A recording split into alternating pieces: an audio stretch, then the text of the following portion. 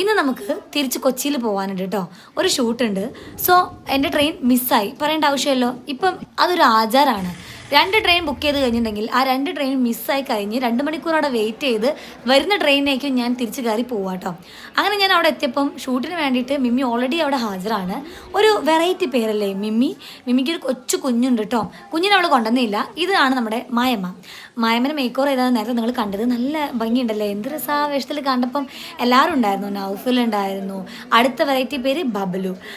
എനിക്കിഷ്ടമായി ഈ പേരൊക്കെ. എൻ്റെ പേര് എനിക്ക് കോമൺ ആയതുകൊണ്ട് എനിക്ക് എൻ്റെ പേരത്ര ഇഷ്ടമല്ല.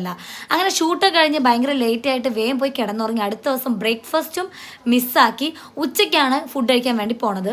അപ്പോൾ ഭയങ്കര ക്ഷീണമൊക്കെയുള്ളൊരു ദിവസം കഴിഞ്ഞതിന് ശേഷം അടുത്ത ദിവസം എനിക്ക് ഉച്ചയ്ക്ക് ഒരു സദ്യ നിർബന്ധമാണ്. അപ്പോൾ ഞാൻ കഴിക്കാൻ സദ്യ ആണെന്നുണ്ടെങ്കിലും എനിക്ക് പൊരിച്ച മീൻ വേണം കേട്ടോ, അല്ലെങ്കിൽ ഒരു ചിക്കൻ ഫ്രൈ, അത് നിർബന്ധമാണ്.